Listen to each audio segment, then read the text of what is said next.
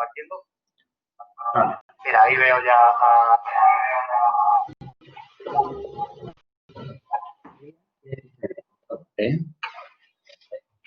Sí, en teoría ya estamos, ¿no?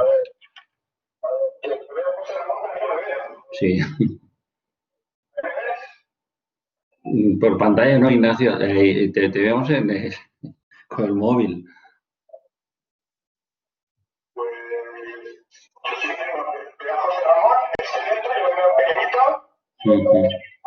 ¿Ahora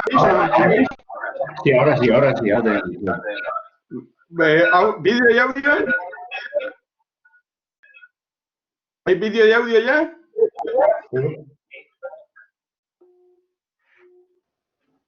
Sí, un poco, ya está. Yo creo que esto no es, por Dios, 2 horas aquí sin haber nadie, no hay quien lo aguante.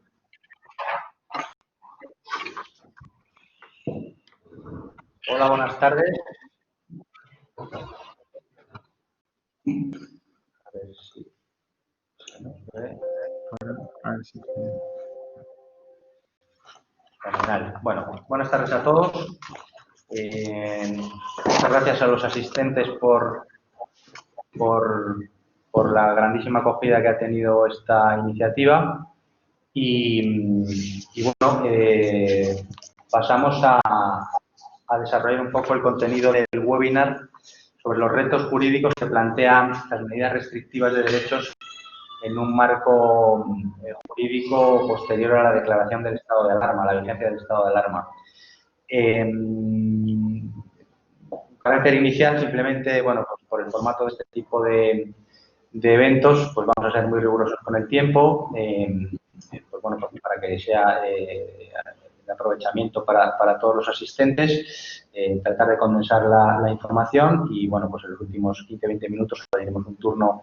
de preguntas que podéis ir incorporando al chat de la sesión y de las que yo iré tomando nota, pues para plantear algunas de ellas a nuestros ponentes. Voy a hacer primero una brevísima presentación de las personas que nos acompañan en el día de hoy,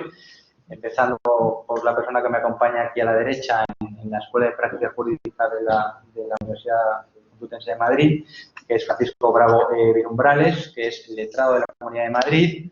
y en la actualidad pues desempeña el puesto de letrado jefe de la Subdirección General de Asistencia Jurídica Convencional, Asuntos Constitucionales y Estudios. En segundo lugar, voy a presentar a Luis Moll Fernández Fígares, que también es letrado de la Comunidad de Madrid, en la actualidad es secretario general de la Comisión Académica de los Letrados de Gobierno de Comunidades Autónomas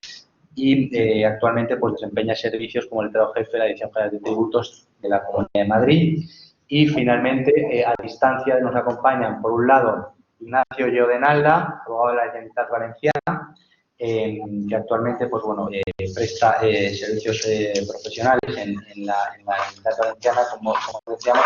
en la Dirección General de lo Consultivo, en el Departamento de Transparencia y Sanidad. Y finalmente, Ramón Aicart, abogado de la Comunidad de las Islas Baleares, que bueno, tiene una extensísima experiencia profesional también en el mundo administrativo, ingresando bueno, pues en la comunidad autónoma después de tener incluso trayectoria en el ámbito militar como interventor de la Armada. Todos ellos han sido seleccionados para participar en esta mesa redonda, bueno, por ser protagonistas directos en el asesoramiento jurídico de los gobiernos de las comunidades autónomas en un entorno complejo como ha sido el de adoptar medidas restrictivas tanto para las personas como también, bueno, pues para las actividades económicas en el marco del ámbito territorial de las comunidades autónomas. Y creo que, bueno, que la experiencia en esta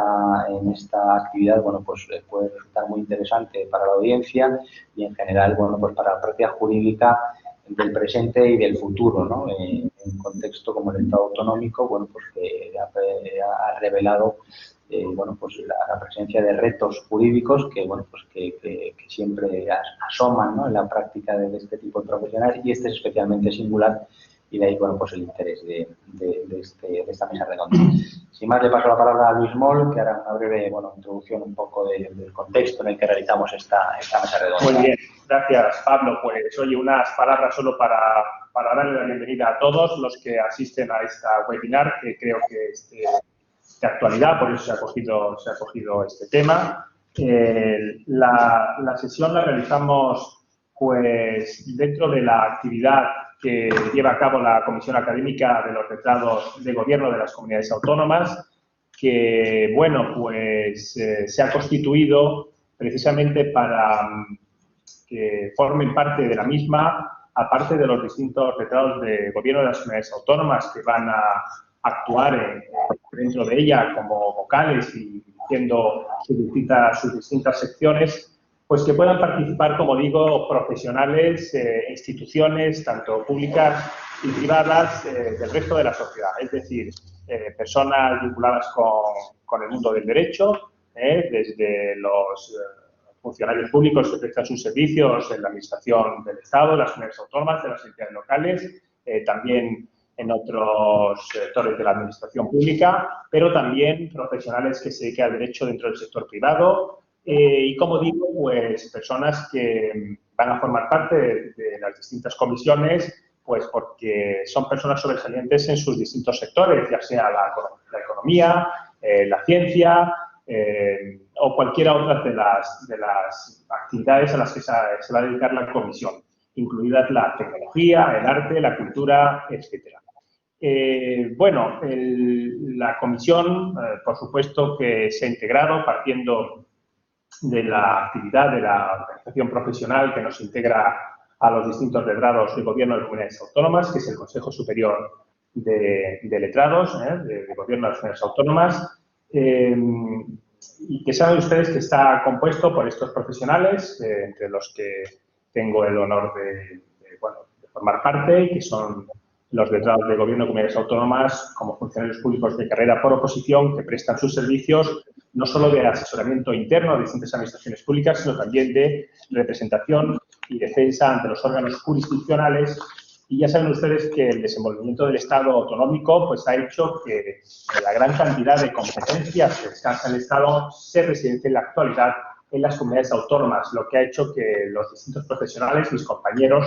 a lo largo del territorio nacional hayan asumido unas funciones de extraordinaria importancia para la Administración, para la sociedad y para el desenvolvimiento de los servicios públicos. Esta sesión de hoy, que se enmarca dentro de la actividad, como digo, de la comisión académica, a pesar que de la misma, como les digo, forman parte distintos profesionales, entidades públicas y privadas, pues va a estar desarrollada por compañeros, precisamente, pues como nos ha indicado Pablo, porque han formado parte, han intervenido directamente, de primera mano, en el diseño de muchas de las medidas que se han tenido que adoptar como consecuencia de esta situación extraordinaria que, bueno, pues que ha entrado en nuestras vidas como consecuencia del dichoso virus, ¿no? Y de la declaración de estado de alarma, restricciones a la movilidad, etcétera. Sin más, pues les doy las gracias a los ponentes por sus intervenciones que realizan a continuación, y a todos ustedes que están detrás de la pantalla. Espero que les sea de interés y de aprovechamiento esta sesión. Muchísimas gracias. Muchas gracias, Luis. Bueno, pues con carácter previo y antes de escuchar a las personas que realmente pues, merece la pena escuchar esta tarde, que son Francisco, Ignacio y José Ramón, pues haré una breve introducción de cómo está la situación, ¿no? Y es el carácter, con carácter previo, digamos, a la situación en la que estamos abordando las medidas restrictivas. El Gobierno de la Nación optó por la declaración del estado de alarma como el instrumento jurídico para abordar, bueno, pues la gestión de la pandemia y para adoptar medidas restrictivas principalmente de la libertad de circulación. En ese debate jurídico, bueno, pues no ha habido voces doctrinales que han planteado pues, que esta restricción de derechos planteada bajo el estado de alarma, pues si era realmente una mera restricción de derechos o una suspensión de derechos, lo cual pues establecía también el debate si estamos ante realmente un estado de alarma o diríamos haber estado bajo el paraguas, digamos, de otra situación contemplada en la ley orgánica, como podría ser el estado de excepción.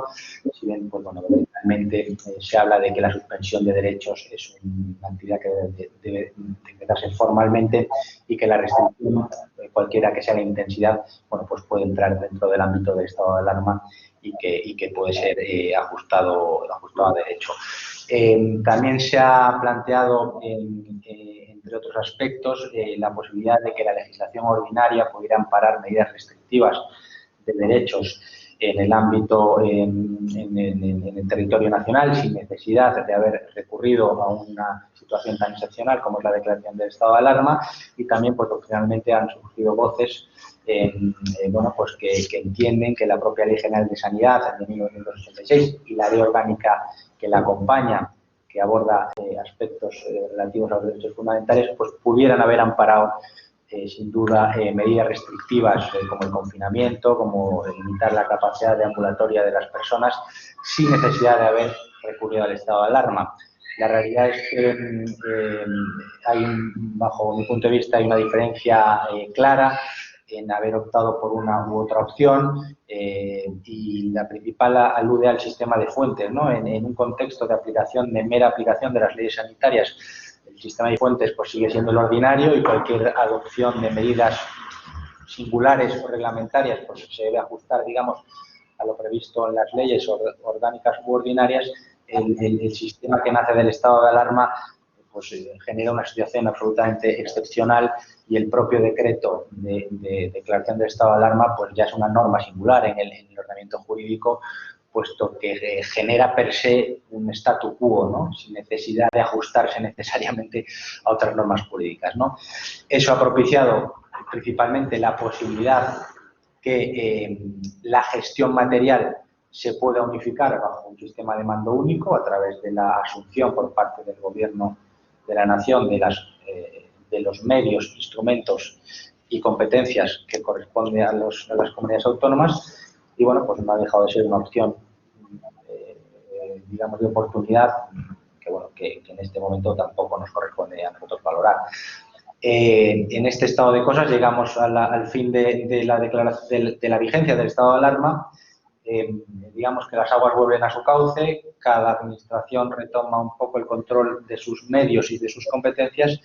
y en este contexto pues es en el que nos encontramos y en el que creemos que existe pues un verdadero reto, ¿no? para los compañeros y en general para todas las personas que nos dedicamos a este mundo, de asesorar adecuadamente, ¿no? a las decisiones que se toman en este ámbito, puesto que bueno, no existen precedentes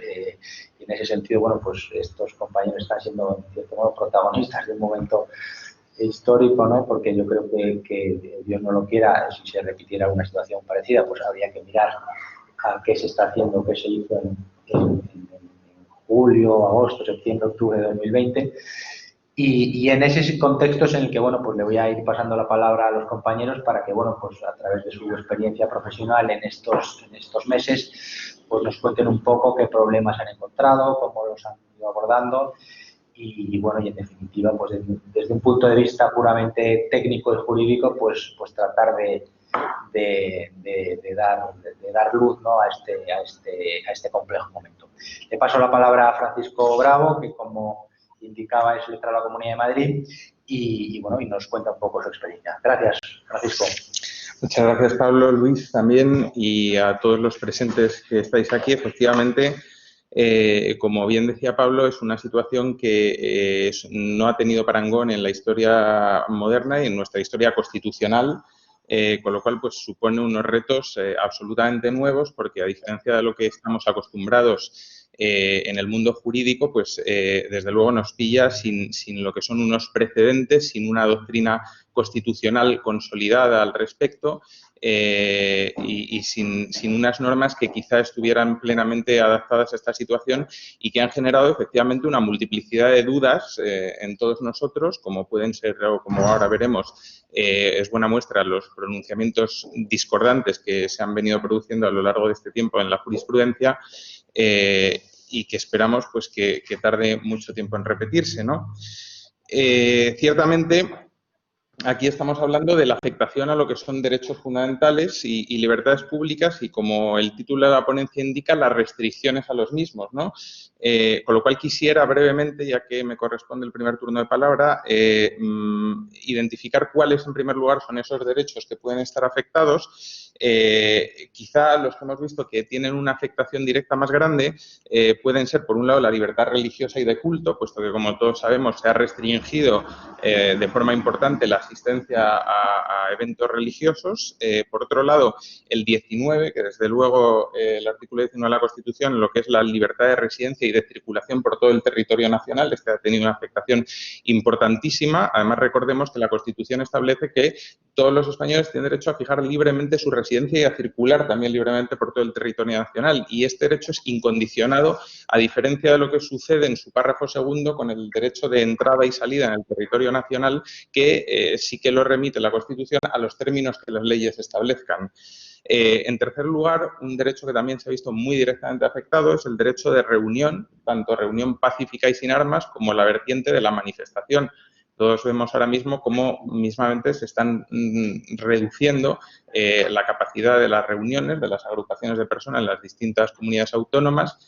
cada vez de forma más estricta, de manera que inicialmente pues empezaban con 100 personas en lugares abiertos, 50 en lugares cerrados, en función de la comunidad autónoma, y Madrid pues lo redujo recientemente de los 10 que había inicialmente o había anteriormente a 6 personas, ¿no?, que es la restricción que está actualmente en vigor y, por tanto, pues es un número bastante limitado. Por no hablar, como ahora desgranaré también, de lo que son las manifestaciones, que también se han visto en muchos casos restringidas o no autorizadas.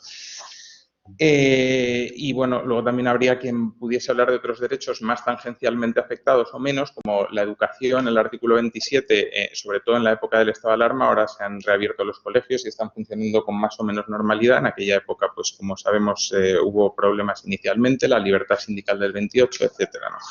Todo esto para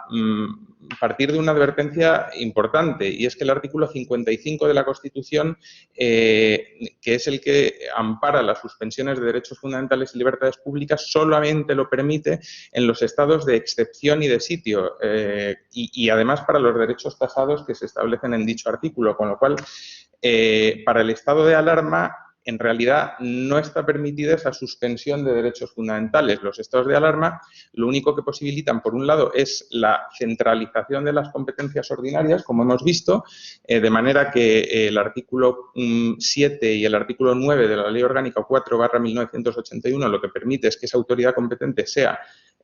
con carácter supraautonómico el presidente del Gobierno o, en su caso, los distintos ministerios, como ha sucedido, y adoptar las medidas tasadas que se establecen en los mismos. Pero entre esas medidas, insisto, no está la suspensión de derechos, con lo cual, como Pablo bien ha señalado en la intervención, realmente el reto que nos encontramos es decir, o esta situación es amparable en cuanto a la suspensión de derechos en un estado de excepción y o de sitio, o debemos encontrar los instrumentos jurídicos que amparen en un marco de legalidad ordinaria esta situación, considerando que son restricciones o limitaciones de derechos y no auténticas suspensiones, ¿no? Entonces, este ha sido el principal problema y continúa siéndolo, y lo será seguramente en tanto que el Tribunal Constitucional no fije su doctrina definitiva. En lo que toca a la intervención de las comunidades autónomas, desde luego hemos tenido dos momentos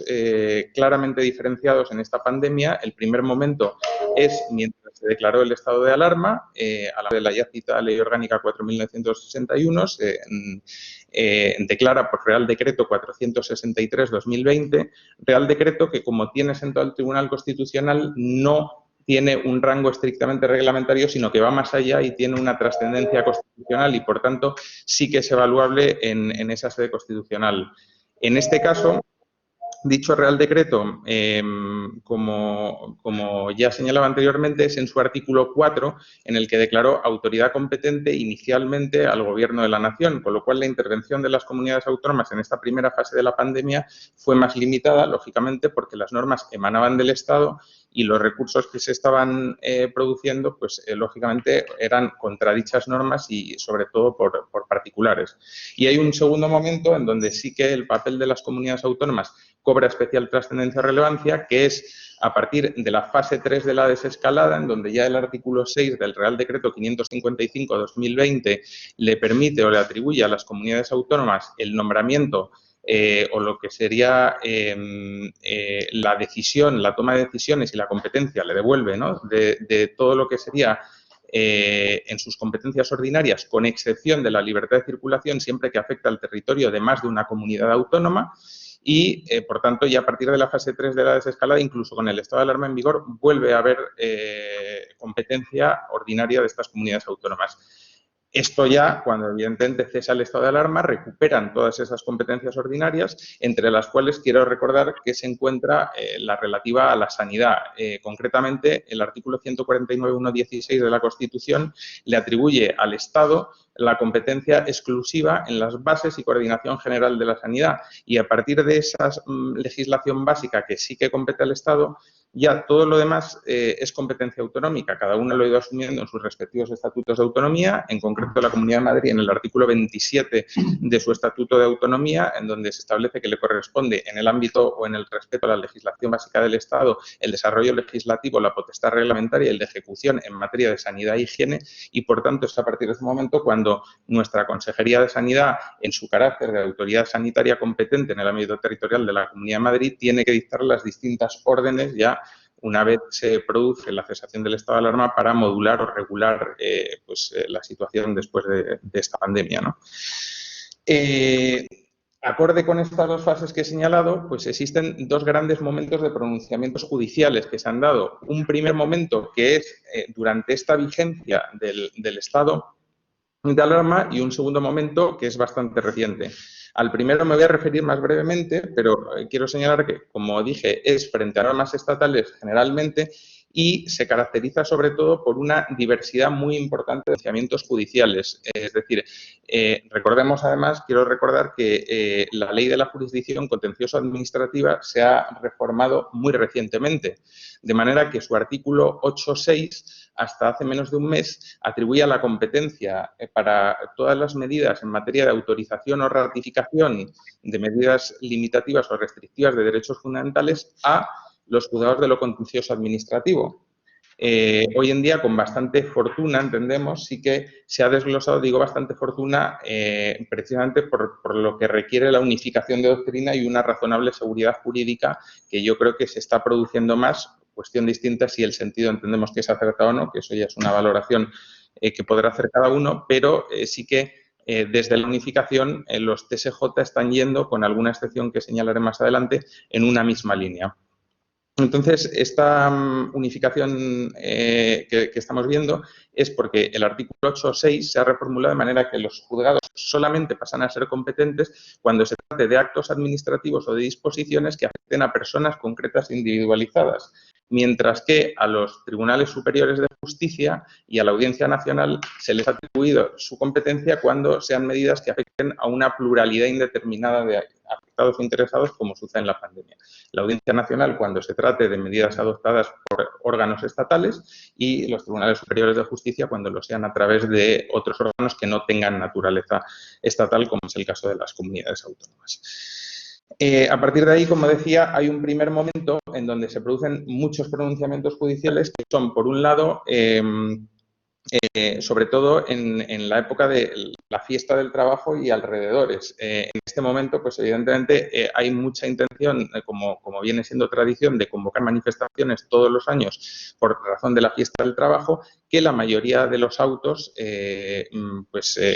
consideran que no se dan las circunstancias y, por tanto, lo deniegan o no autorizan esa celebración. Sin embargo, como ya señalaba, existen bastantes divergencias porque en lo que sucedió, por ejemplo, en la Comunidad de Madrid tenemos el pronunciamiento del Tribunal Superior de Justicia de Madrid 195/2020 de 30 de abril en el recurso 306/2020 que sí que avaló la delegación del Gobierno la decisión de no celebrar una manifestación por la necesidad de evitar, dice, la difusión de la pandemia con sus secuelas de contagios, fallecimientos y enfermos. Sin embargo, en Navarra, un pronunciamiento de 30 de abril de 2020 autorizó una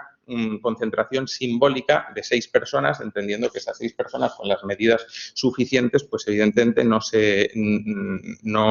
afectaba a la propagación del virus porque había un adecuado distanciamiento social. Es en este momento también cuando se produce el primer y único pronunciamiento del Tribunal Constitucional que tenemos hasta la fecha, que es el auto del Tribunal Constitucional 40-2020, es de 30 de abril de 2020, y entiendo yo que es un auto que deberá ser perfilado o matizado porque en el mismo auto ya se está advirtiendo que en ese momento no se conocía el alcance, dimensiones y forma de propagación de la pandemia y, por tanto, las decisiones debían ser tomadas día a día y a la vista de la evolución de los conocimientos de la ciencia y de la medicina en ese momento. Ese auto, posteriormente, desde luego, ha sido objeto de importantes críticas. Es paradójico, además, que inadmita, pero al mismo tiempo entra a conocer en el fondo del asunto y lo hace con base, además, en su doctrina constitucional anterior. Una de las razones que da era para denegar una manifestación en Vigo, en vehículo cerrado o en vehículo privado. Dice que podría afectar a otros bienes jurídicamente protegidos, no tanto, además, la protección de la enfermedad como la necesidad de no colapsar las vías públicas para poder acceder a los centros de salud, ¿no? Luego, la segunda fase, que ya es la que tenemos más intervención en las comunidades autónomas, es a partir de la cesación del estado de alarma. Y en este caso, todos los autos que hemos venido manejando recientemente, que además son de una actualidad rabiosa, se amparan prácticamente en las mismas normas, que son fundamentalmente los artículos 1 a 3 de la Ley Orgánica 3/1986, que es de medidas especiales en materia de salud pública, que, como sabemos, permite, pues entre otras medidas, las que sean, dicho de forma muy abierta, necesarias para el control de los enfermos, personas que hayan estado en contacto con ellos e incluso establece la coletilla final de cualesquiera otras que se consideren necesarias en caso de riesgo de carácter transmisible, que es en lo que se están amparando en muchas ocasiones. También el artículo 26 de la Ley 1486 General de Sanidad también permite medidas muy amplias en caso de existencia de un riesgo inminente y extraordinario para la salud. Además, dice la ley que exista o se sospeche razonablemente que pueda existir. Y, finalmente, el artículo 54 de la Ley 33/2011, General de Salud Pública, que también en el ámbito de las competencias respectivas de cada administración pública les permite medidas muy amplias, nuevamente con esta coletilla de cualquier otra medida ajustada a la legislación vigente. En el ámbito específico de la Comunidad de Madrid, también la Ley 12/2001 de Ordenación Sanitaria de la Comunidad de Madrid, que permite aplicar todas las medidas de la Ley Orgánica 3/86 de la autoridad competente, que en este caso sería la Consejería de Sanidad. Pues bien, a la vista de todo este amparo normativo, son muchos los autos que últimamente se están pronunciando y están autorizando o ratificando todo este tipo de medidas. Es importante, y ya para concluir mi intervención, puesto que los tiempos los tenemos tasados, me extiendo solamente 5 minutos más para comentar las cuestiones que yo considero que son más relevantes. Por un lado, estos autos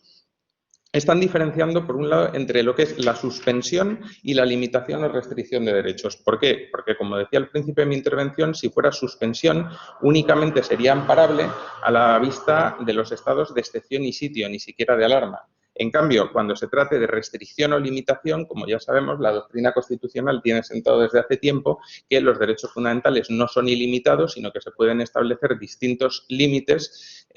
precisamente para su armonización con otros derechos fundamentales o con otros valores constitucionales. Y aquí, como bien ha señalado recientemente el Tribunal Superior de Justicia de Madrid, autos que ahora me referiré más adelante, la cuestión está en ver la intensidad de la limitación o restricción, porque es cierto que en muchas ocasiones el reto que nos estamos planteando es que hay restricciones tan intensas que muchas veces cabe dudar si verdaderamente son suspensiones. Y ahora, al final de la intervención, estableceré unos criterios que son por los que están yendo para tratar de delimitarlos. En segundo lugar, como señalamos, siempre que haya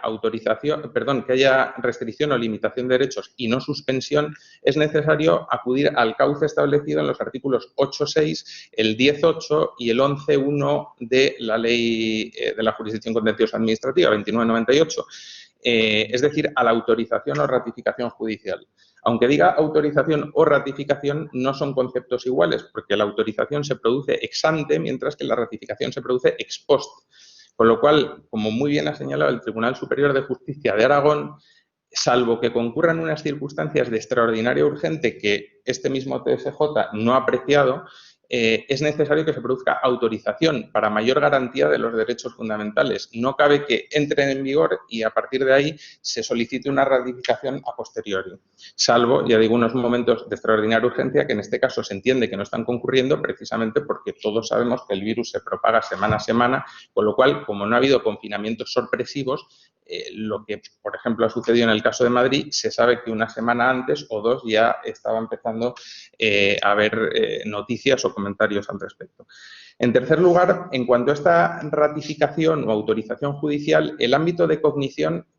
ya ha sido acotado y es muy estricto. Se constriñe a tres cuestiones, que son, por un lado, verificar que la medida ha sido acordada por la autoridad sanitaria competente, es decir, órgano competente. En segundo lugar, que es necesaria y urgente para la protección de la salud pública. Y en tercer lugar, que es proporcionada. Con lo cual, fuera de este control preliminar, como puede suceder también, por ejemplo, en las cautelares, lo que es en la revisión completa y exhaustiva del fondo del asunto no se produce en este momento, sino que se producirá a través del correspondiente recurso contencioso administrativo que pudiera interponerse contra esa disposición general, directo o indirecto, pero un recurso posterior. Esto es un trámite anterior, preliminar y que no prejuzga estrictamente el fondo del asunto ni, por tanto, tiene esa fuerza de cosa juzgada. En cuarto lugar, y esto para los letrados autonómicos nos resulta de especial interés, ha señalado el Tribunal Superior de Justicia de Castilla y León recientemente que no basta con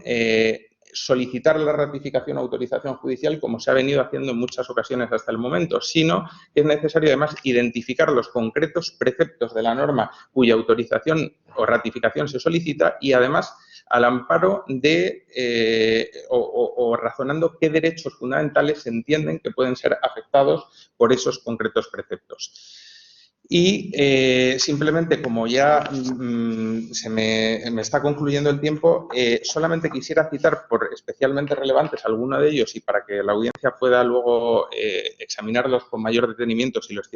entienden competente. Recientemente se han dictado por el Tribunal Superior de Justicia de Extremadura un auto de 21 de septiembre de 2020, recurso 391-2020, en donde ratifica o concede la autorización o ratificación judicial porque dice que las medidas no suponen una limitación absoluta, sino una restricción o limitación, que es por donde están yendo muchos de ellos. En ese mismo sentido, el Tribunal Superior de Justicia de Galicia, el auto 83-2020 de 23 de septiembre, recurso 7328-2020, con respecto al confinamiento del concello de Verín. En este caso también se considera que no implican la restricción absoluta y que además son idóneas y proporcionadas. El auto 209-2020, 24 de septiembre, del Tribunal Superior de Justicia de Castilla y León, sede Valladolid, es el recurso 720-2020. Por otro lado, y esto sí que tienen a lo mejor más interés o más relevancia, tres en concreto, Pablo, y perdóname si me extiendo un poco, pero creo que serán relevantes, son, por un lado, en la Comunidad de Madrid, efectivamente, porque nos afecta a nosotros, entonces entiendo que es relevante decirlo, el auto 116-2020 de 24 de septiembre. Este es en cuanto a la restricción de las reuniones de 10 a 6 personas. En este caso, es muy interesante ver este auto porque efectivamente realiza un análisis muy exhaustivo de lo que es la diferencia entre los estados de excepción in situ y la suspensión y lo que es la limitación de esos mismos derechos, además con un voto particular concurrente, y otros dos, que serían el auto 229-2020 de 1 de octubre de la Sala de lo Contencioso Administrativo del Tribunal Superior de Justicia de Castilla y León, recurso 753-2020. En este ratifica todas las medidas a excepción de una. Se establecía una prohibición o una restricción de entrada y salida del municipio de Miranda de Ebro, en Burgos, y esta fue ratificada porque permitía excepciones como las que tenemos en la Comunidad de Madrid, es decir, por trabajo, motivos laborales, enfermedades, lo que fuere. Sin embargo, había otra medida que era la prohibición de visitas, salvo causas justificadas, a residencias y también la prohibición de salida de los residentes de los centros mayores fuera de ellas, dado que es un colectivo especialmente vulnerable. Bueno, pues esta medida considera la Sala que es una verdadera suspensión, porque en la medida en la que no contempla ningún tipo de excepción, además hace un razonamiento diciendo que ni los presos en centros penitenciarios tienen un régimen más estricto, con lo cual esta no la ratifica. Finalmente, especialmente crítico es el Tribunal Superior de Justicia de Aragón, que curiosamente en todos los pronunciamientos que he tenido conocimiento, he podido leer, pues está rechazando las ratificaciones en muchas ocasiones y concretamente pues es el auto de 14 de septiembre de 2020, dictado en el recurso 286-2020, el más reciente, con una restricción de aforos que sería para 50 personas en establecimientos cerrados y 100 en locales abiertos, es decir, mucho más abierta o laxa que lo que es la Comunidad de Madrid. Este auto, si tienen ocasión de leerlo, yo creo que es interesante porque rompe la línea monocorde de los demás y porque además se centra en unos argumentos que nos interesan bastante, que es, primero, dice que se promulga un día con entrada en vigor inmediata al día siguiente, con lo cual no son justificados los perjuicios que está ocasionando porque no hay una vacatio razonable para paliar esos perjuicios. Pone ejemplo de 3 restaurantes que han tenido que suspender absolutamente todas las bodas y celebraciones sin ningún tipo de margen. Luego, por otro lado, lo razona diciendo, a la vez el transporte público sigue abierto y los centros escolares, que son fuente de contagio, están abiertos, por lo cual considera que no basta con que haya una medida que pueda paliar la propagación del virus, sino que tiene que ponerse en conexión con las restantes medidas y además esa conexión tiene que estar motivada debidamente por la Administración. Tiene que haber una motivación de en qué medida está coadyuvando o puede ser útil para la propagación del virus. Por lo cual, las resoluciones del TSJ de Aragón, que siempre ha ido en una línea bastante más opuesta, creo que son especialmente interesantes. Ya para concluir con la situación de la Comunidad de Madrid, como saben, respecto de la orden estatal que se dictó, al amparo de la cual pues la Comunidad de Madrid también ha dictado su norma propia estableciendo el confinamiento de Madrid y otros municipios de su comunidad autónoma. Todavía no se ha resuelto, pero sí hay una serie de resoluciones que bueno, desde el punto de vista del interés de la Comunidad de Madrid y de quien lo suscribe, pues esperemos que no vayan en el mismo sentido, pero sí que no podemos desconocer el auto 792-2020, dictado en el recurso 1022-2020. Esto era por una asociación de establecimientos de ocio nocturno frente al cierre de discotecas, en donde,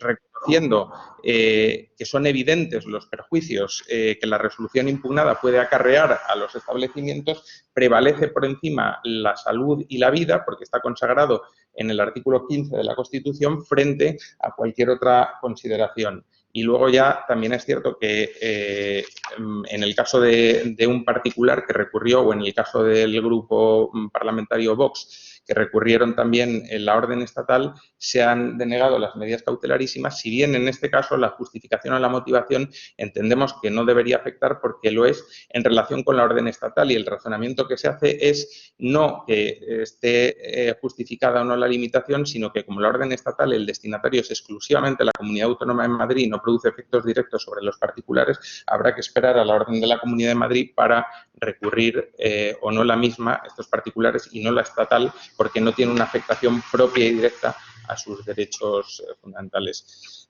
Siento haber ido tan rápido. Lógicamente, esto podría dar para 1 hora y para 2 por parte de todos los ponentes,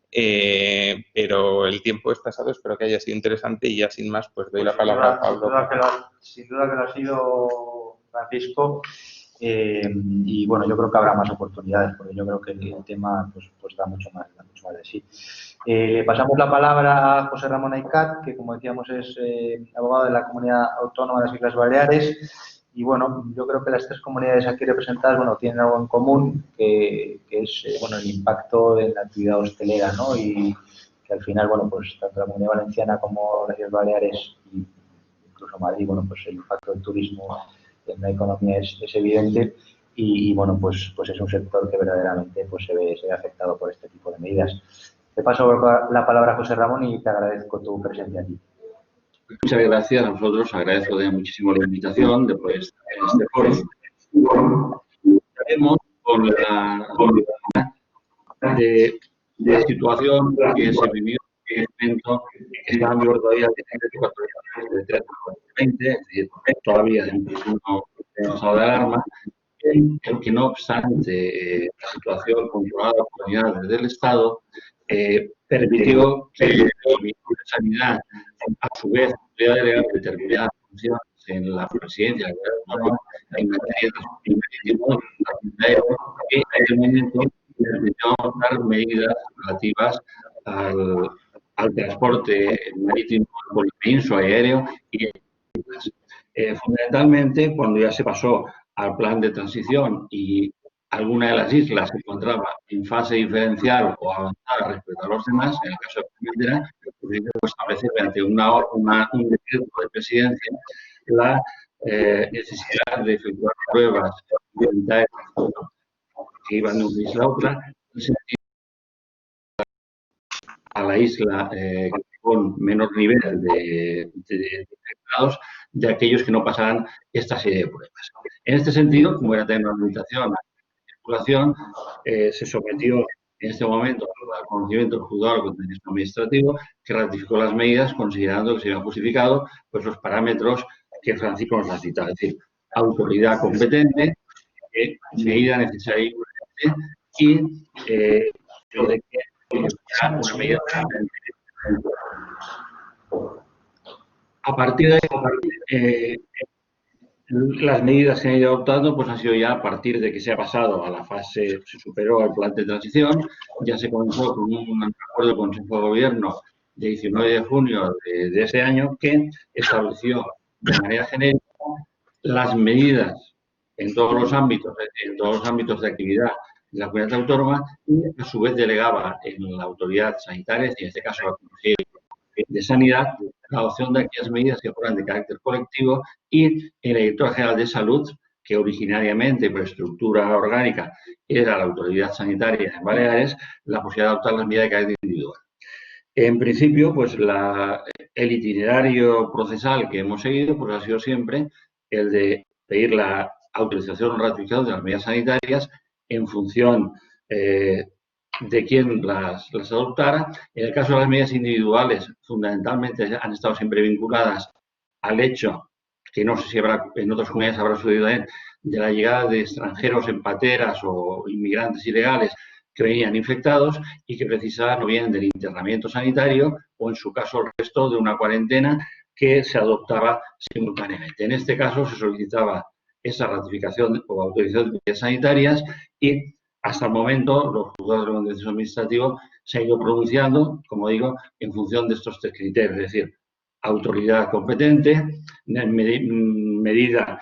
que no afecta a los derechos fundamentales en el sentido de suspensión, sino simplemente limitativa y sobre todo vinculada a un límite temporal y a un límite de razonabilidad y finalmente al hecho de que efectivamente no hubiese otra medida, por así decir, menos limitativa del derecho fundamental.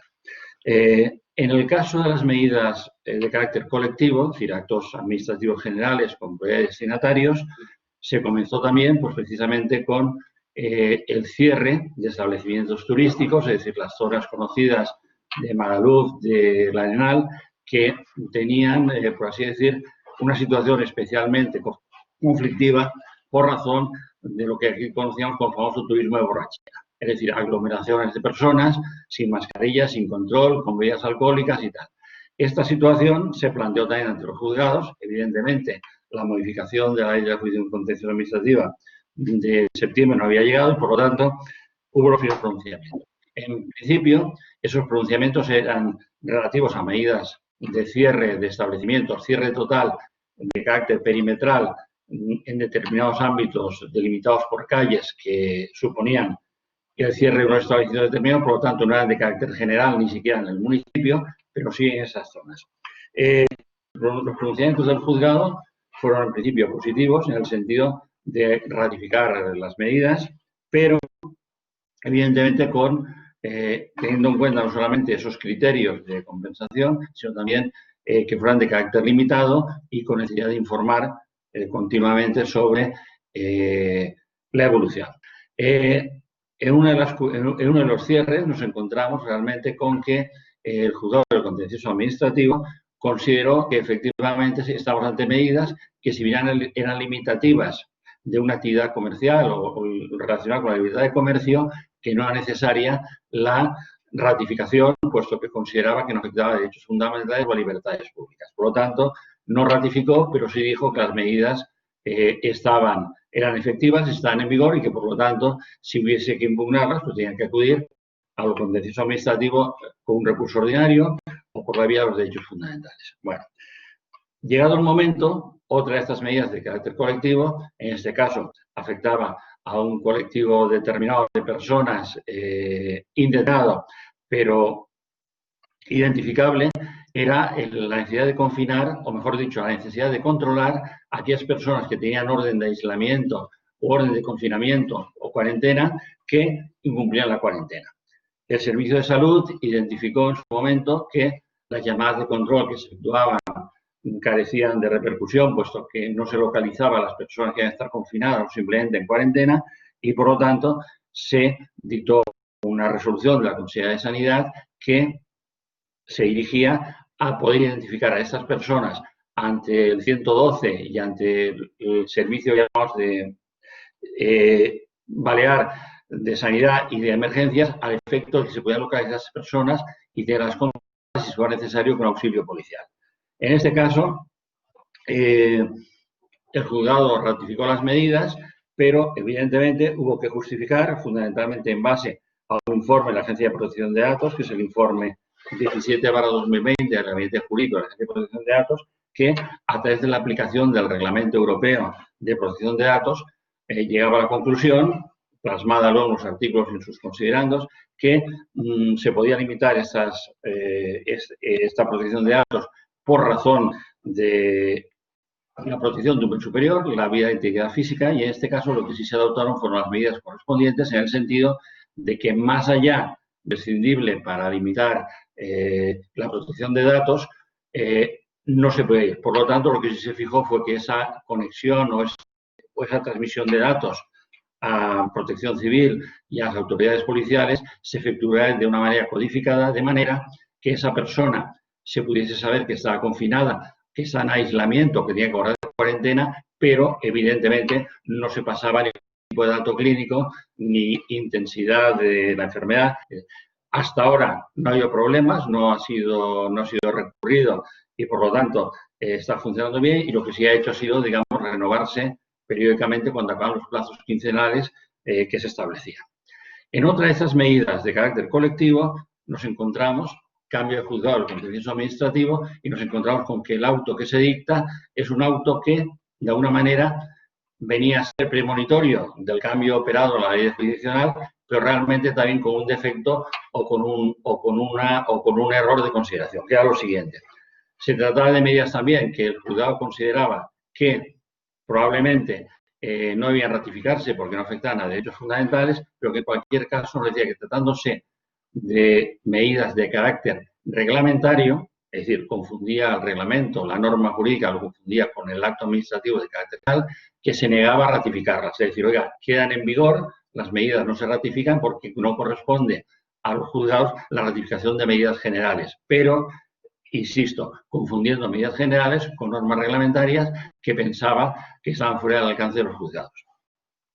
Esta resolución la recurrimos en apelación, el recurso de apelación se está tramitando y hasta el momento pues no tenemos todavía resolución. Al hilo de esto, y para no incidir en lo que ya nos ha explicado Francisco con total concreción, pues otra problemática que se nos ha presentado es que ha habido entidades, fundamentalmente de carácter asociativo, defensa de consumidores y usuarios, o en el caso de empresas comercializadoras de productos cuyo uso se ha prohibido con carácter general, que han recurrido en apelación los autos de los juzgados del contencioso administrativo que ratificaban o autorizaban medidas sanitarias. En este caso, nos hemos opuesto porque consideramos que la función del juez que ratifica o autoriza medidas sanitarias es una función de garantía, es una función de garantía del artículo 117.4 de la Constitución y que, por lo tanto, no es una función jurisdiccional, contenciosa o entre partes. Lo hemos razonado así, en este sentido, entendiendo que, efectivamente, aunque el acto administrativo que se somete a autorización o ratificación puede ser impugnado independientemente, entendemos que la resolución que dicta el juzgado de lo contencioso en este caso, aunque la ley jurisdiccional admite el recurso de apelación, entendemos que es un recurso de apelación limitado solamente a la parte que interviene en el procedimiento, que en este caso es la comunidad autónoma, puesto que entendemos que ninguna otra entidad, o sea, ninguna otra autoridad, tiene legitimación para intervenir si no es la que ha adoptado las medidas. En definitiva, cuando tengamos el auto de la sala de lo contencioso, sabremos lo que han decidido, pero evidentemente creemos que se habría producido esa confusión entre acto administrativo general y entre norma reglamentaria, que en este caso pues no lo era. Dicho esto, también añadir que en el caso del Tribunal Superior de Justicia, pues evidentemente solamente disponemos hasta la autoridad de los autos que ratifican, en este caso, confinamientos perimetrales de barrios de la ciudad de Palma o de Ibiza que estaban por encima del nivel del índice de contagiados bastante superior al admitido comúnmente. Por lo tanto, estas medidas se han ratificado, se han valorado, insisto, siguiendo los criterios que hasta ahora habíamos nombrado y fundamentalmente lo que sí se añade siempre es esa consideración de que no existían medidas alternativas menos lesivas y puesto que suponiesen limitación o restricción sin llegar nunca a suspensión absoluta de los derechos fundamentales en juego. A nivel, por así decir, de tramitación, hemos encontrado que en el caso de las medidas sanitarias adoptadas normalmente se iban reiterando y prorrogando como se cumplían los plazos iniciales de 15 días o de semanas. Y en el caso del juzgado contencioso administrativo han admitido de alguna manera razonablemente esa prórroga y no han cuestionado si se trata de medidas nuevas o si se trata de medidas tal, porque eran prórrogas y en definitiva no hay ningún problema. La sala de lo contencioso administrativo sí que no ha puesto problema en el sentido de considerar que no hay ampliación o prórroga de medidas, sino que cada medida, cada prórroga es una medida nueva. Y por lo tanto, lo que está obligado es a tramitar la ampliación como una medida nueva y por lo tanto estamos en ello. Y después, a nivel de medidas cautelares o cautelarísimas, nos hemos encontrado con que hasta ahora las cautelarísimas han sido siempre desestimadas, las cautelares a nivel de sala no tenemos todavía un pronunciamiento dentro de lo que son juicios ordinarios, pero sí nos hemos encontrado también que, junto a la personación, como digo, de terceros, entre comillas, no invitados en los recursos de apelación interpuestos contra estos autos de ratificación de medidas sanitarias, pero nos hemos encontrado con que, efectivamente, se producía una acumulación, por así decir, de acciones simultáneas, derechos fundamentales, proceso contencioso administrativo ordinario y, en definitiva, una acumulación de acciones contra todo esto que, en cierto modo, no está resuelta todavía y que esperamos que en estas próximas semanas, en que ya se podrá asumir o conocer estos autos, lo conoceremos. A nivel de la reforma operada por la Ley 3/2020, pues evidentemente creemos efectivamente razonable, sobre todo a nivel de coordinación y de obtener unanimidad en las resoluciones, efectivamente estas medidas de mayor calado, de carácter colectivo, hayan ido a la sala, pero también es cierto que introduce un factor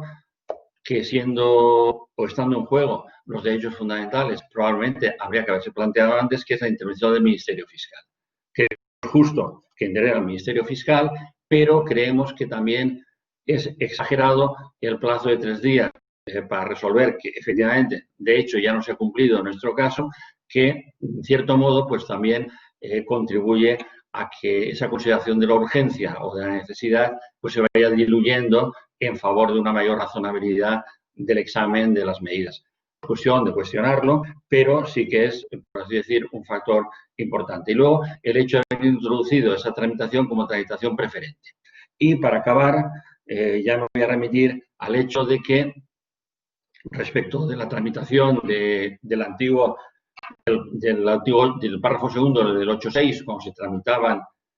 por ese procedimiento ante los juzgados todas estas medidas sanitarias, se iba a plantear también el hecho de si existía o no realmente un procedimiento. Sabemos que ha habido, en el caso de los juzgados de guardia, que se habían planteado incluso si ese procedimiento debía articularse por la vía del 763 de la Ley de Procedimiento Civil, es decir, el tema de el internamiento forzoso de personas discapacitadas o privadas de la razón,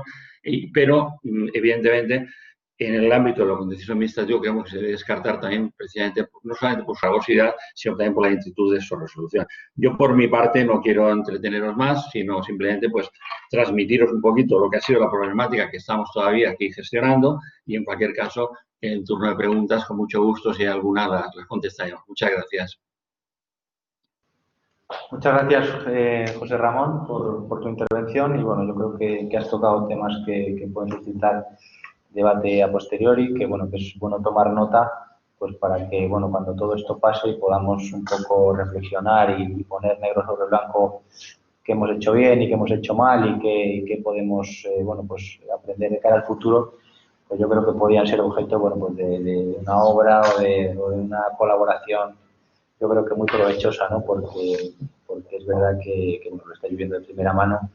y la práctica pues al final es la que va un poco a determinar pues qué medidas pueden ayudar a agilizar sobre todo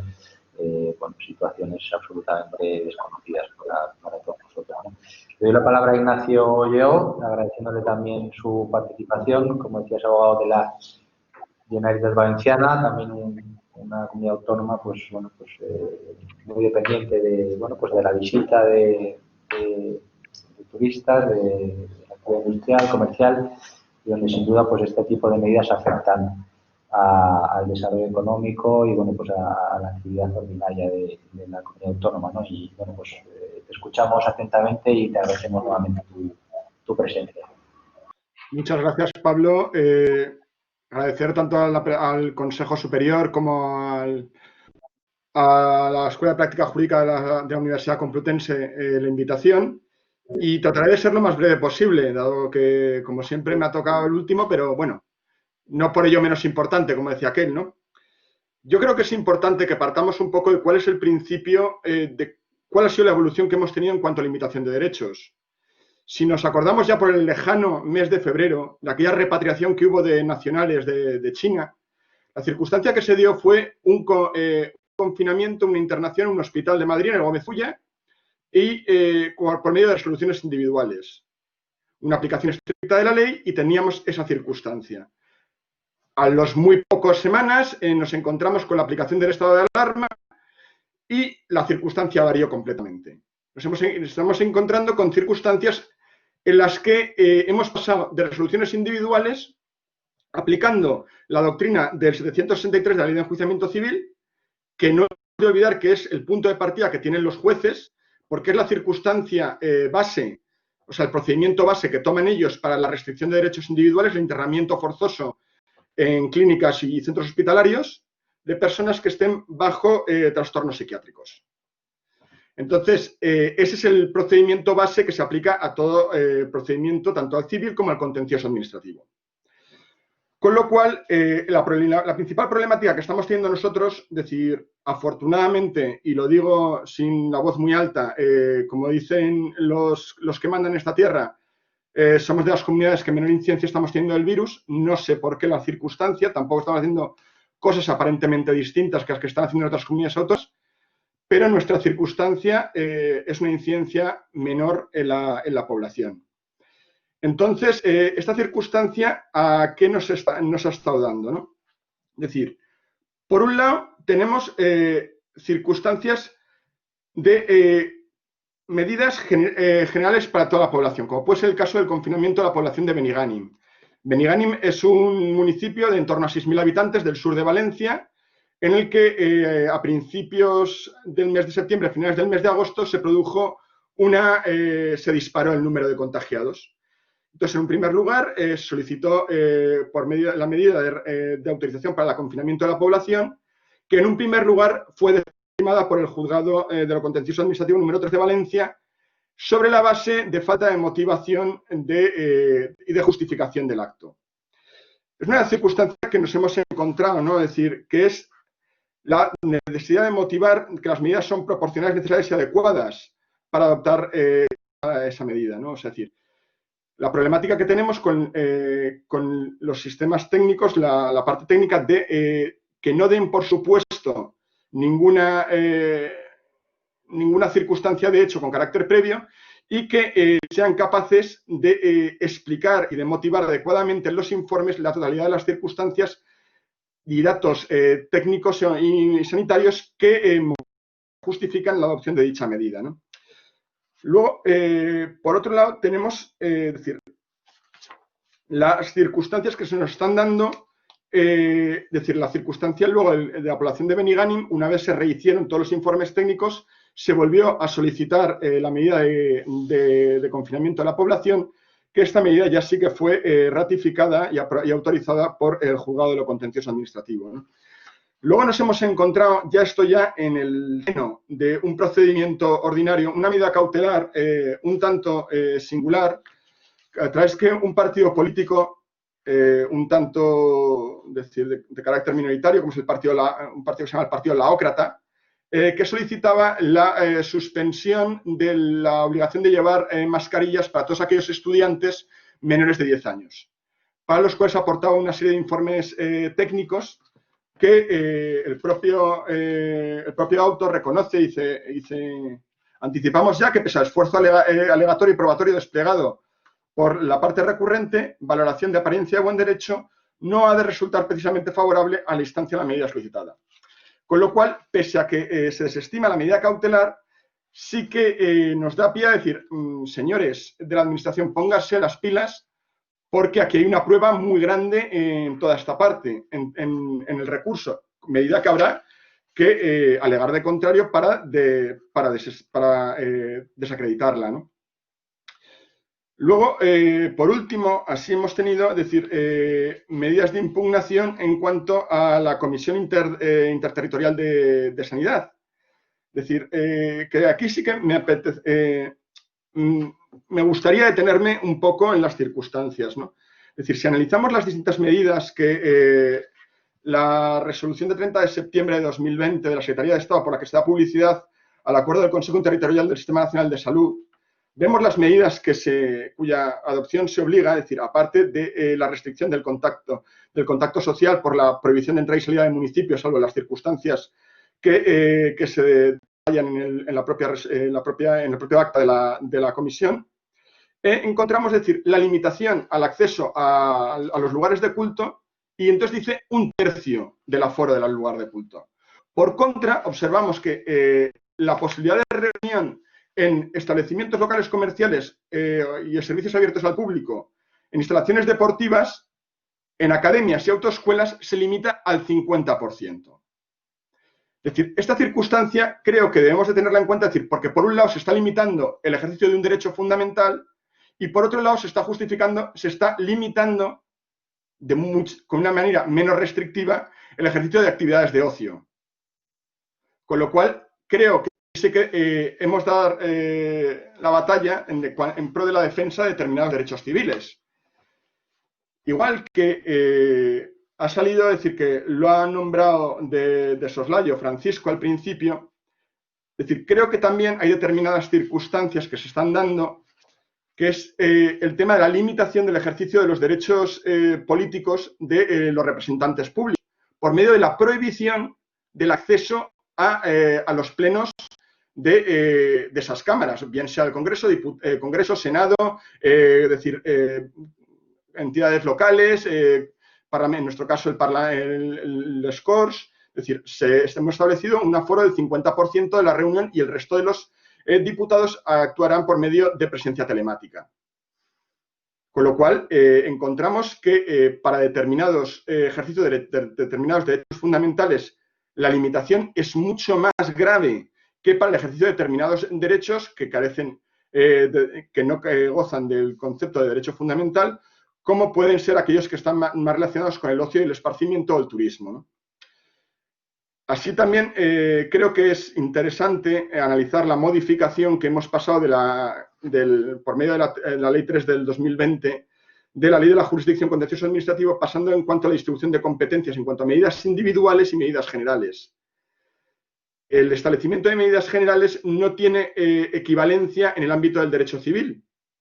pero por contra, las medidas individuales, que es el equivalente al 763 de la Ley de Enjuiciamiento Civil, la hemos residenciado todavía en los juzgados de lo contencioso administrativo. Con lo cual, hemos establecido una limitación de facto de determinados derechos por medio de resoluciones gubernativas sin previa autorización de las... sin previa ratificación o autorización por parte de las administraciones del Poder Judicial. Y luego creo que nos deberíamos parar a analizar la necesidad de darle una vuelta de tuerca al sistema de leyes que permitan la restricción o la limitación de determinados derechos fundamentales. Porque muchas de las leyes están pensadas, sobre todo sobre la base del 55 en su apartado primero y del 116 de la Constitución, están pensadas para problemáticas de seguridad ciudadana. No por contra para analizar problemáticas de salud pública. En cambio, para salud pública únicamente tenemos la ley orgánica del 86, en el que se permite con carácter bastante indeterminado que la autoridad sanitaria podrá adoptar cuantas medidas considere oportunas para el control de la enfermedad, bien sea de los enfermos, personas que estén o hayan estado en contacto con él, o del medio ambiente inmediato, que se consideren necesarias para el caso de un riesgo transmisible. Con lo cual, con esta redacción tan vaga, nos encontramos ante una circunstancia que tiene que ser la propia administración, la autoridad sanitaria, la que determine en cada caso cuál es la medida que se ha de adoptar. Y yo, pese a que tendría materia para extenderme, no quiero quitarle más tiempo al debate y yo creo que cortaría aquí y a ver si ya en el debate podemos intervenir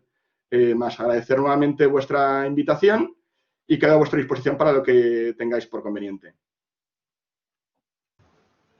Muchas gracias, Ignacio, por tu intervención y por tu brevedad. Bueno, pues nos quedan alrededor de 10 minutos. Trataremos de arañar alguno adicional si es posible.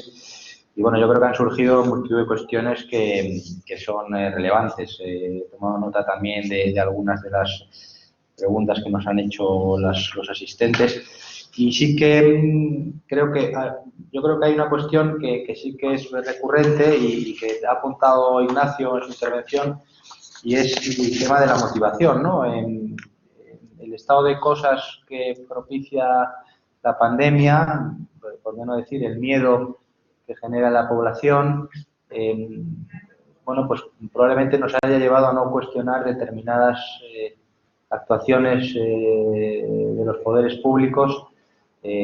probablemente dirigidas con la mejor intención de controlar, bueno, pues por situación excepcional, pero que no han permitido, bueno, analizar con el sosiego necesario la magnitud, ¿no?, de las cuestiones que está abordando. Y en este sentido, yo me gustaría plantearos, lo ha apuntado un poco Ignacio,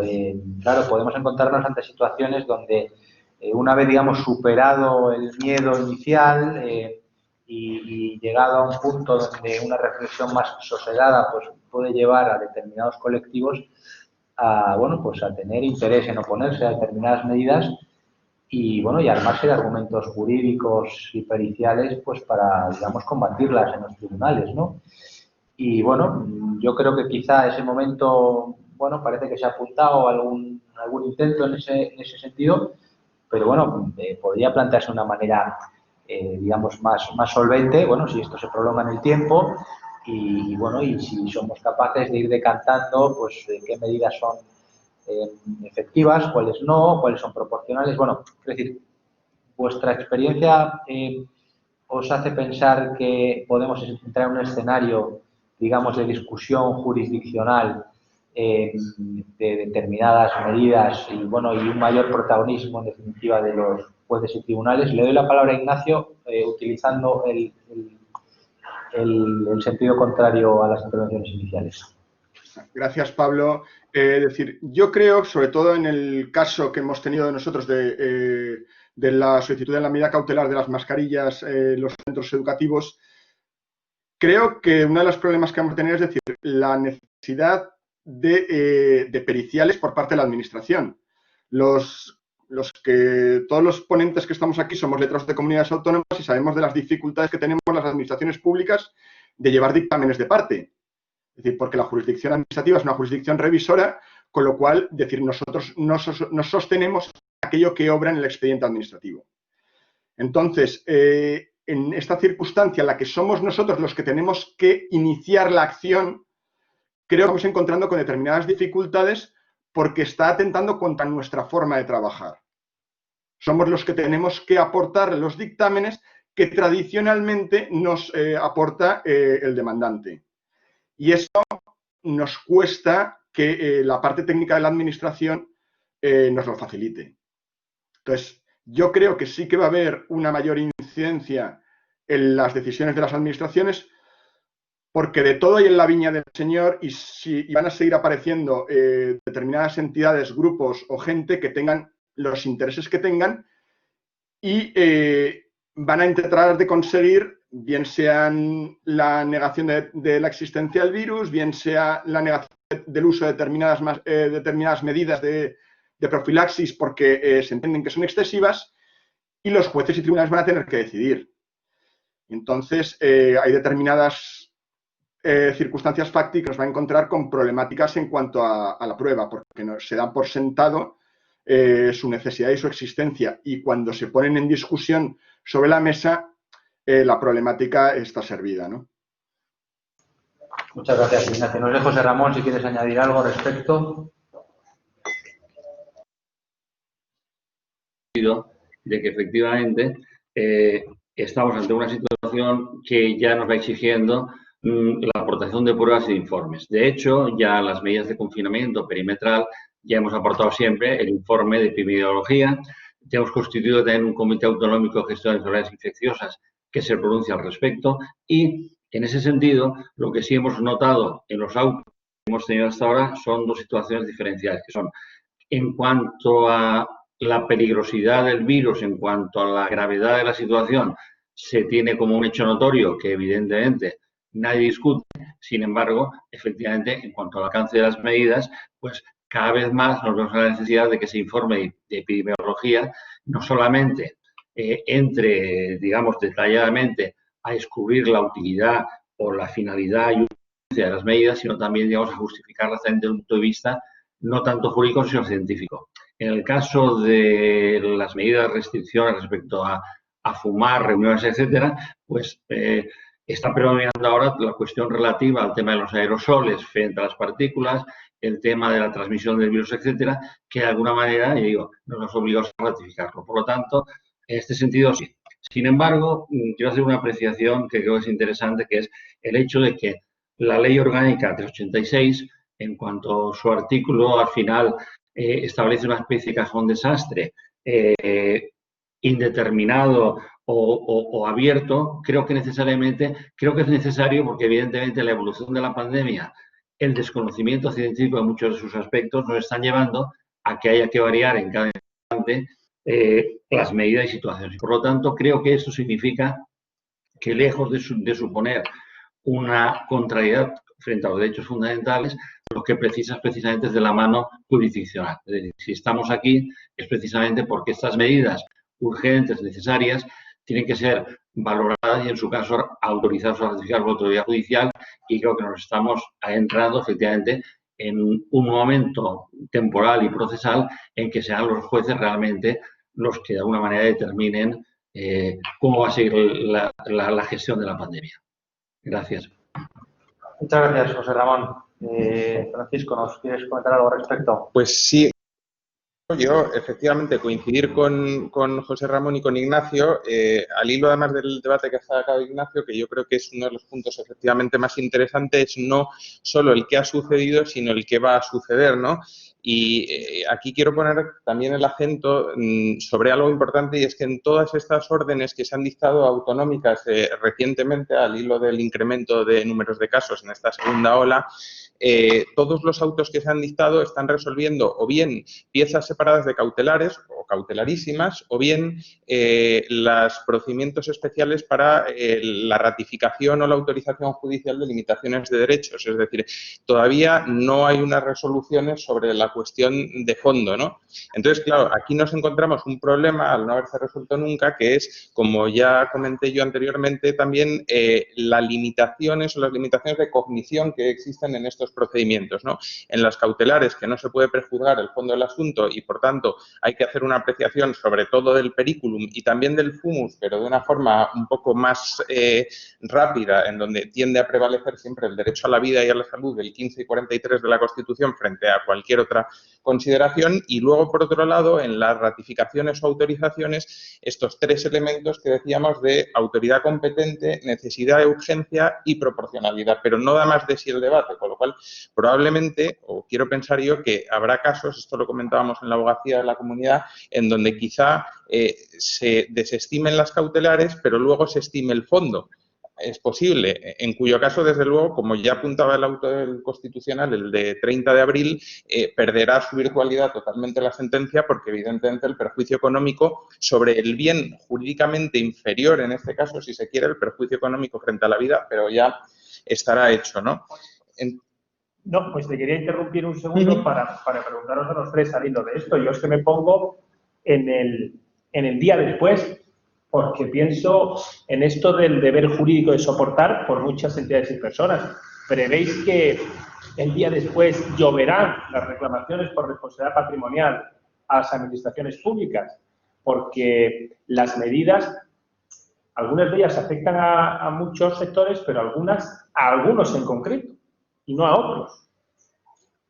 Como, por ejemplo, puede ser el ocio nocturno. Por ejemplo. Efectivamente, que es una cuestión que ya, si os recordáis, en el Real Decreto del Estado de Alarma, el 463/2020, había una previsión específica al respecto. Después ya no, pero bueno, tenemos la previsión sobre la responsabilidad del Estado legislador de la Ley 40/2015. Por lo cual, ese será otro debate que efectivamente habrá que ver y que dará mucho casuismo, y yo entiendo que en la mayoría de los casos, tanto por una razón de índole económico, que sería la ruina de las administraciones, como de índole, sobre todo jurídico, que es el que debemos de atenernos, salvo que Ignacio y José Ramón opinen lo contrario, entiendo que no podrán atenderse ni estimarse. Lo que sí espero es, como apuntaba Ignacio, que haya una mayor motivación, exigencia de motivación de las medidas. Y aquí tengo la esperanza de estos tres últimos autos que comentaba, que ya, aparte de estos tres elementos de la autorización o ratificación, parece que han añadido un plus, que es el que yo apuntaría a lo mejor como conclusión final de un cuarto elemento que se podría proponer, que es una interpretación sistemática y congruente de las medidas. Es decir, porque si son necesarias y urgentes, a lo mejor necesaria o conveniente para contener el virus, que se reduzcan las reuniones, lo es. Y puede hasta ser proporcionada, pero es sistemática con todo lo demás que se está adoptando, ¿no? Y en ese sentido, el auto que citaba del TSJ de Aragón de 14 de septiembre de 2020 es muy interesante porque, claro, simplemente por leer un párrafo dice: esta orden autonómica ha resuelto con trazo grueso la cuestión, porque solo se atiende al número de participantes, pero dice, resulta que no se puede celebrar en el mismo local una boda de 60 personas, pero sí dos de 50, separadas por un biombo, ¿no? Con lo cual, habrá que tomar todas las medidas en conjunto. Y luego, en cuanto al amparo normativo, simplemente apuntar, por ejemplo, en cuanto a la reunión, que no basta con, es decir, tiene que haber un amparo siempre legal, de ley orgánica al respecto, porque es una restricción de un derecho fundamental. Con lo cual, en este caso, claro, el amparo lo tenemos en la ley orgánica del 86 de medidas de salud pública, no en la ley 983 del derecho de reunión. Pero quizá, y perdonadme ya la matización, es excesivamente amplio porque, claro, siempre la doctrina constitucional siempre ha dicho que sean medidas específicas y concretas la restricción. Claro, cuando dice cualesquiera otras medidas, pues evidentemente habrá que hilar muy fino y exigir que se concrete esas cualesquiera medidas, ¿no? Pues nada, muchas gracias, Francisco. Bueno, yo creo que nos ha apuntado multitud de cuestiones que darían para otras sesiones que, por supuesto, tendremos y abordaremos. Pero bueno, creo que en definitiva pues se ha puesto en manifiesto que, bueno, que la realidad del momento pues quizá ha llevado a muchas administraciones, como se ha dicho, bueno, a abordar esta cuestión con un cierto trazo grueso, quizás por la imperativa de la urgencia, pero está claro que el devenir de este proceso, y Dios quiera que sea, pues bueno, en una estabilización y progresiva disminución del impacto, pues nos podrá ayudar a analizar jurídicamente de una manera mucho más fina todo este entramado, ¿no? Y ver cómo, hasta qué punto, bueno, pues pueden pesar más cuestiones de naturaleza económica frente a restricciones de derechos fundamentales, pero bueno, la realidad es que, bueno, la actividad económica también necesita una cierta continuidad, una cierta seguridad jurídica, pero no es menos cierto, como se apuntaba, que hay derechos fundamentales que se ven mucho más constreñidos que otro tipo de actividades que el ordenamiento, bueno, pues no protege de una manera tan evidente. Bueno, yo creo que el transcurso del tiempo pues nos dará las herramientas y la perspectiva para analizar esto y, bueno, pues para en el futuro abordarlo pues de una manera pues más proporcional. Y pues para ello también nos emplazamos para una posterior sesión que también pues organizaremos junto con la Escuela de Práctica Jurídica y la Comisión Académica, pues bueno, pues para ver cómo podemos abordar estas cuestiones en el futuro y qué merecería la pena pues ir corrigiendo, ir enmendando, ir canalizando, pues para que si alguna situación como esta se produce en el futuro, pues bueno, pues lo hagamos de una manera pues, mucho más sencilla, ágil y sobre todo que redunde pues en la rápida, ¿no?, mejora de la situación. No sé si queréis añadir algo más, nuestros ponentes desde Valencia y desde Palma. No, simplemente pues reiteraros el agradecimiento por la invitación y que, por supuesto, que aparte de considerar interesantes estas mesas redondas, pues que estamos a vuestra disposición en cuanto podamos colaborar y ayudar en este sentido. Muchas gracias. Muchas gracias, Luis Ramón. También os agradezco la invitación, ha sido un placer estar con vosotros. Pena no poderos vernos las caras y a la antigua usanza, pero nada, quedo a vuestra disposición para lo que surja. Muchas gracias, Ignacio. Gracias, Francisco. Gracias, Luis. Nos despedimos agradeciendo, bueno, la presencia de los participantes y, bueno, emplazándoles pues para una posterior sesión, pues bueno, no más tarde de un mes. Muchas gracias y buenas tardes. Buenas tardes. Hasta luego. Ahora que apagar.